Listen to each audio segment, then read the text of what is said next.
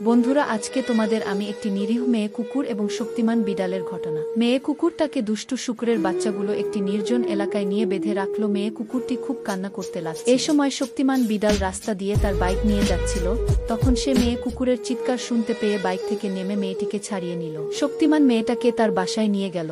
বেড়ালটি মেয়েটাকে সুন্দরভাবে যত্ন সহকারে গোসল করিয়ে দিল।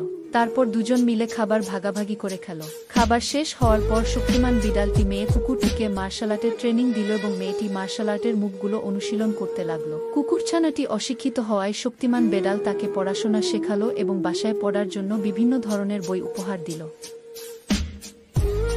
দুজন মিলে বরফের দেশে গেল। সেখানে শুকুরগুলো তাদের উপর হামলা করল।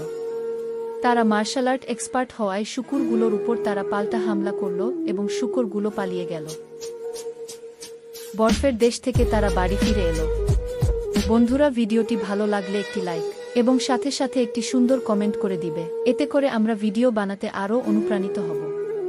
ভিডিওতে লাইক কমেন্ট করে পাশে থেকো। তোমাদের সবাইকে অসংখ্য অসংখ্য ধন্যবাদ। বন্ধুরা, তোমরা যারা আমার মতো ম্যাজিক ভিডিও করতে চাও তারা ভিডিও শেয়ার অপশনে গিয়ে শেয়ার করে দিলে আমার মতো ম্যাজিক ভিডিও করতে পারবে। বন্ধুরা, ম্যাজিকটি এখনই ট্রাই করে দেখো। আশা করি আমার ছোট বন্ধুরা ম্যাজিক ভিডিওটি করতে পারবে। সবাইকে ধন্যবাদ।